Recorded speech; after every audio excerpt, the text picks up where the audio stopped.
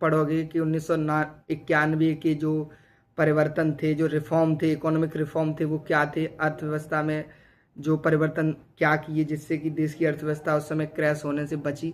तो उन्होंने क्या किया, एलपीजी की नीति लाई। अब एलपीजी क्या है, लिबरलाइजेशन। लिबरलाइजेशन का मतलब है उदारवादी बनना, यानी कि विदेश से अगर कोई कंपनी यहाँ पे आ रही है लगान के लिए, तो उन्होंने ये कहा कि भैया जे थोड़े अर्गे नियम कानून है जे थोड़े से कम कर दो, ताकि आराम से आए के जे कंपनी लगाए सकें। अब मेरे हमने 20 पन्नन के नियमों के फर्रा दे दिए तो उसी को पूरा नहीं कर पा रहे हैं, तो भैया फैक्ट्री क्या लगाएंगे आके। तो सस्ते मजदूर उन्हें दिलवाए, लिबरल बने, उदार बने, उन्हें ज़मीनें दिलवाई जिससे कि उनने आके यहाँ पे अपनी फैक्ट्री लगाई। अब भैया वही बात आएगी, अगर उनने फैक्ट्री लगाई है तो एफडीआई, फॉरेन डायरेक्ट इन्वेस्टमेंट होगा, तो वो वहाँ से फॉरेन करेंसी लाएंगे जिससे कि अपने देश को फायदा होगा। क्लियर। दूसरी चीज है प्राइवेटाइजेशन। जो अपने देश में जो कंपनियां थी, फैक्ट्रियां थी, उनको उन्होंने क्या किया, प्राइवेट हाथों में दे दिया। जिससे क्या हुआ कि देखो भाई, स्पष्ट सी बात है, सब लोग जानते हैं कि सरकारी संस्था हो, सरकारी कंपनी हो, सरकारी फैक्ट्री हो, सरकारी कर्मचारी हो, वो सिर्फ और सिर्फ क्या करता है भैया, अपना भला सोचता है। सरकारी नौकरी आदमी इसलिए कर रहा है कि उसको जॉब सिक्योरिटी मिले, समय पर तनख्वाह मिले, और काम कछु करने पड़े और समय पड़े तो भ्रष्टाचार कर ले। जाकिल कर रहा हूँ सरकारी नौकरी। क्लियर।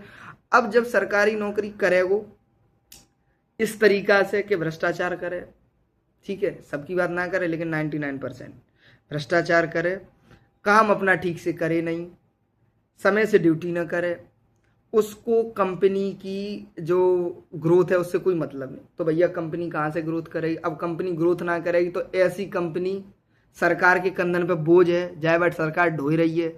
अगर सरकार किसी कंपनी को ढोएगी तो उसमें तो पैसा बर्बाद ही होगा। अगर कोई कंपनी है उसका घाटे का बजट हर साल बनना है, हमेशा घाटे में जा रही है, तो उससे क्या होगा भाई, सरकार पे एक्स्ट्रा बोझ पड़ेगा। तो उन्होंने कहा कि कोई ऐसी कंपनियां, ऐसी फैक्ट्रियां जो सरकारी थी, जो कि बर्बाद हो रही थी, मतलब जो घाटे में जा रही, उन्हें प्राइवेट कर दो।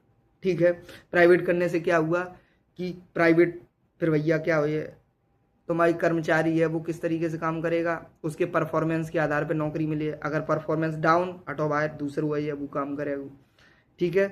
प्रॉपर तरीका से उसकी मॉनिटरिंग हुई है, देख रेख हुई है, भ्रष्टाचार ना कर पाए, क्योंकि प्राइवेट हाथों में भ्रष्टाचार पाओगे लात मारे बाहर निकाल दे जाओ, है ना। तो फिर क्या होता है कि प्राइवेट हाथों में जाने के बाद वो कंपनी ग्रोथ करने लगती है।